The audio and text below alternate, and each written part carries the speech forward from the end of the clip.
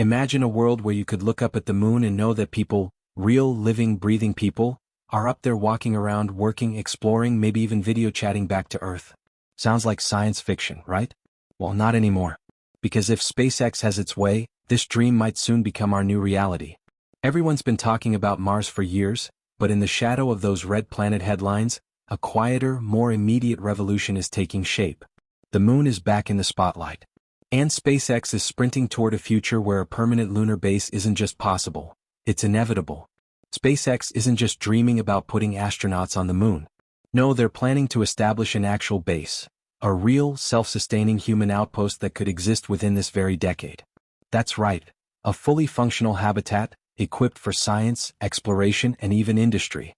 Think of it as the gateway to deeper space, a stepping stone to Mars, yes, but also a valuable destination in its own right. The idea is not just about landing and leaving. It's about staying, living, building, learning, and doing it all on our nearest celestial neighbor. So what exactly is the plan? And how does SpaceX intend to overcome the countless challenges that come with building a base on the moon?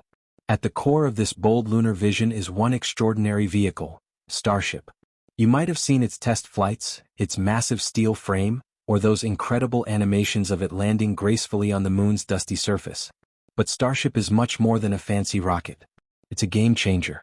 It has the payload capacity to deliver massive amounts of cargo to the lunar surface, including habitat modules, scientific instruments, construction equipment, and, of course, astronauts. Its reusable design dramatically lowers costs. And with the planned in-space refueling capability, Starship can travel farther and stay longer, making extended missions to the moon and eventually Mars not just possible, but practical. Now let's break down what life on the moon could actually look like. First off, the base itself wouldn't be just one building. Think modules, interconnected sections that handle different tasks. Living quarters with sleeping pods, hygiene stations, and communal dining areas. Labs for conducting experiments on lunar soil, solar radiation, and life in low gravity. Power stations lined with solar panels to harvest energy. Water purification units. Waste recycling systems.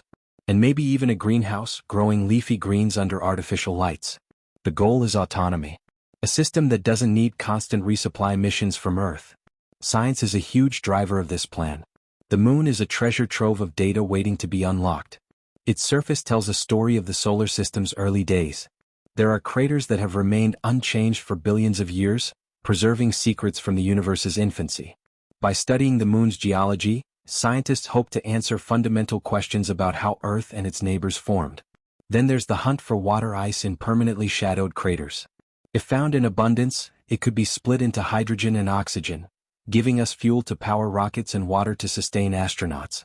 And let's not forget the vantage point. The far side of the moon is one of the quietest places in the solar system, free from Earth's noisy radio emissions. It's the perfect spot for building telescopes that could peer deep into the cosmos. Imagine a lunar observatory scanning the universe in perfect silence, capturing signals from the first galaxies that formed after the Big Bang. That's not just cool. That's groundbreaking science. Of course, all this is easier said than done. The moon is not a friendly place. It has no atmosphere, meaning temperatures swing wildly between boiling hot and freezing cold. Radiation from the sun and deep space constantly bombards the surface. Tiny meteoroids crash into the ground at high speeds. Dust gets everywhere and can damage equipment. And then there's the simple fact that humans need air, water, food, and shelter. All of that has to be created and maintained in one of the most hostile environments imaginable. SpaceX is well aware of these challenges and they're developing solutions. Inflatable or regolith-covered habitats could provide protection against radiation and impact. Advanced life support systems will regulate air and temperature, recycle water, and process waste. Power could come from solar arrays, supplemented by batteries or even small nuclear reactors for when the moon's long nights set in. And Starlink, SpaceX's growing satellite internet network, might just provide the backbone for lunar communications, allowing real-time links between Earth, Moon, and future missions. The moon isn't just a destination, it's a platform. A base on the moon would serve as the ultimate testbed for technologies we'll need to survive on Mars. From radiation shielding to power generation, from growing food to managing waste, every system built for the moon has a direct application to the red planet. If it works on the moon, it'll likely work on Mars too. And that's the genius of SpaceX's strategy. They're not skipping steps. They're mastering each one. This approach also makes economic sense. Launching from the moon is far easier than launching from Earth. The moon's lower gravity means rockets need much less fuel to escape its surface. That opens up the possibility of mining lunar resources, converting them into fuel, and creating a sustainable off-Earth supply chain. Instead of launching everything from Earth, we could create a space economy that operates between the Earth, Moon, and Mars. And yes, there is even talk of lunar tourism. It might sound wild, but as Starship launches become more routine, the idea of taking civilians on a trip around the moon, or even landing for a short visit, isn't far-fetched. Early lunar bases could offer shelter for short-term guests, giving them a taste of life on another world.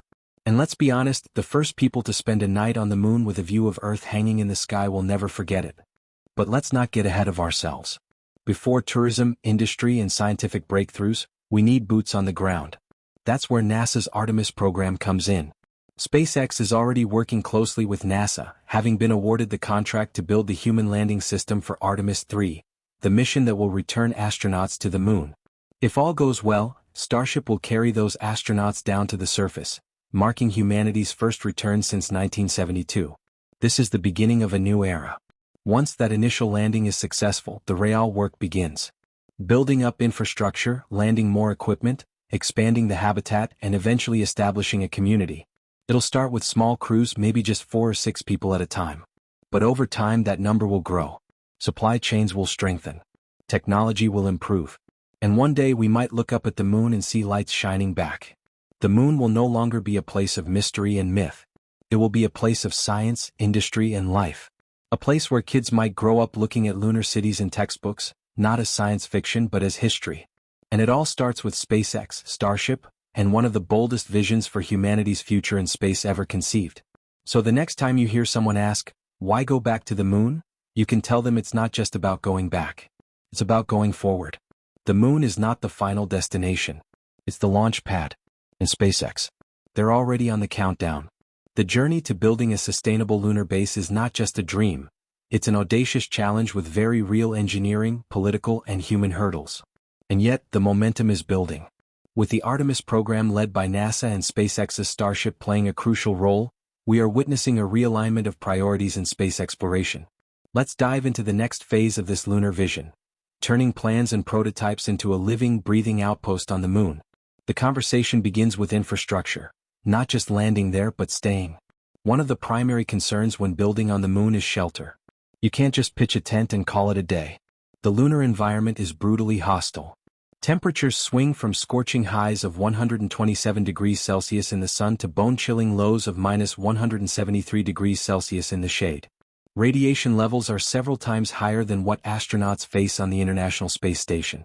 And let's not forget the micrometeorites zipping across the lunar surface at incredible speeds. Every structure must withstand this relentless assault. So how does SpaceX plan to build something that can survive these conditions? One possibility is using Starship to deliver inflatable habitats or modular bases that can be covered in regolith, the lunar soil, for added protection. NASA has already been working with private companies on this very concept, 3D printing lunar structures using local materials. The idea is to mix regolith with a binding agent and print walls and shelters, using robots that can operate autonomously. This would reduce the need to haul construction material from Earth, cutting costs dramatically. But having walls and a roof isn't enough. A true lunar base needs reliable life support. Oxygen, water, food, power, all need to be available around the clock. In early missions these supplies will come from Earth. But that's not sustainable for long-term occupation. So, where do we find them on the moon? That's where the South Pole becomes crucial. Scientists have detected traces of water ice inside permanently shadowed craters at the lunar South Pole. If we can extract that ice, we gain access to one of the most vital ingredients for survival. Water isn't just for drinking or hygiene. It can be broken down into hydrogen and oxygen, the key ingredients of rocket fuel. That's the holy grail of lunar logistics. If SpaceX can help turn the moon into a fueling station, then Mars becomes a much more reachable target. Starship could refuel on the moon before heading to the red planet, bypassing the need to lift all that extra mass from Earth's gravity well. Powering a base on the moon is another challenge. Solar power is an obvious choice, but with 14-day-long lunar nights, energy storage becomes critical. Batteries large enough to store that much power would be massive. That's why some engineers propose using small modular nuclear reactors to supply consistent, long-lasting power. NASA is already developing these technologies under its Fission Surface Power project. If SpaceX and NASA work together, a combination of solar and nuclear could power everything from life support systems to research labs and even agricultural modules. Which brings us to food. Feeding astronauts from Earth is a logistical nightmare over the long term. So the plan is to eventually grow food on the moon. Space greenhouses equipped with hydroponic systems could allow for the cultivation of fast-growing, nutrient-rich plants like lettuce, radishes, and spinach. LED lighting can be used to simulate Earth-like conditions. Some research even points to the feasibility of using lunar regolith, once treated, as a growing medium. This would be revolutionary, reducing dependency on resupply missions and providing astronauts with fresh, morale-boosting meals. A self-sufficient base also needs to manage waste smartly. Recycling will play a massive role. Just like on the ISS, every drop of water will be filtered and reused.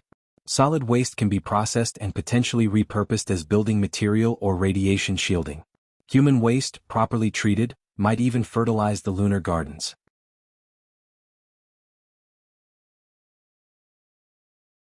Now imagine a typical day at this lunar base. The crew wakes up in compact, cozy sleeping quarters. They exercise to counteract the effects of low gravity, then head to a communal area for a meal. Daily duties might include geological research, system maintenance, remote operations with robots, and science experiments involving everything from plant growth to material testing in lunar conditions. Each person has a clear role and rotation, balancing physical and mental health with mission productivity. Communication back to Earth is another vital aspect. The moon is close enough for real-time communication, but establishing a constant high-bandwidth link is critical. SpaceX's Starlink satellites, if extended to lunar orbit, could provide a steady network. This would not only allow for video conferencing and remote operations but also enable real-time data sharing with scientists on Earth. Students in classrooms could one day talk to astronauts on the moon. Lunar tourism also enters the picture, especially with SpaceX involved. Elon Musk has repeatedly mentioned the goal of making space travel accessible. While it may sound futuristic, once basic infrastructure is in place, high-paying tourists might be able to experience the moon in a controlled, short-duration format. Think of a week-long lunar hotel stay, complete with guided rover excursions and Earth-gazing through specially designed domes. The income from such ventures could support further development. Now let's address safety and emergencies. Unlike Earth, there's no nearby hospital or rescue team. A lunar base must be equipped with a robust medical facility. Astronauts would undergo training in emergency procedures, and AI systems could assist with diagnostics and treatment. Telemedicine support from Earth would play a key role, and specialized equipment like 3D-printed surgical tools might become necessary. Emergency evacuation protocols would also be in place, with Starship on standby as a return vehicle. We also have to consider psychological factors. Living in isolation, far from Earth, in a confined environment, is mentally taxing. That's why the design of the base will include private spaces, recreational areas, and communication options with family back home. Virtual reality could offer a temporary escape from the sterile grayness of lunar life, allowing astronauts to simulate walking through forests or sitting at a cafe on Earth.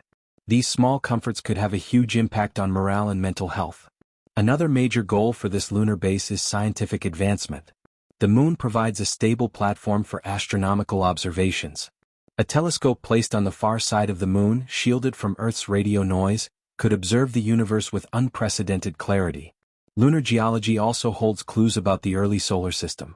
The rocks on the moon haven't been weathered by atmosphere or water, preserving billions of years of history. Studying these samples could revolutionize our understanding of planetary formation. Additionally, a lunar base becomes a perfect testbed for new technologies. From robotics and AI-assisted maintenance to advanced environmental control systems, everything learned here will have direct applications for Mars and beyond. It's about proving what works, what breaks, and how to fix it when you're millions of miles from Earth. But none of this is possible without collaboration.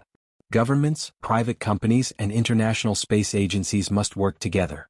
The Artemis Accords, spearheaded by NASA, lay the groundwork for peaceful cooperation and responsible behavior on the moon. SpaceX, with its launch capability and reusability model, complements this perfectly. Together, they can make the moon not just a destination, but a foothold for humanity's next great leap. Let's not forget the symbolic importance. The Apollo missions were a defining moment in human history. A permanent lunar base would take that legacy to the next level. It would show that we're not just visiting space anymore, we're living in it. It would ignite imaginations, fuel STEM education, and show every child on Earth that the stars are not out of reach.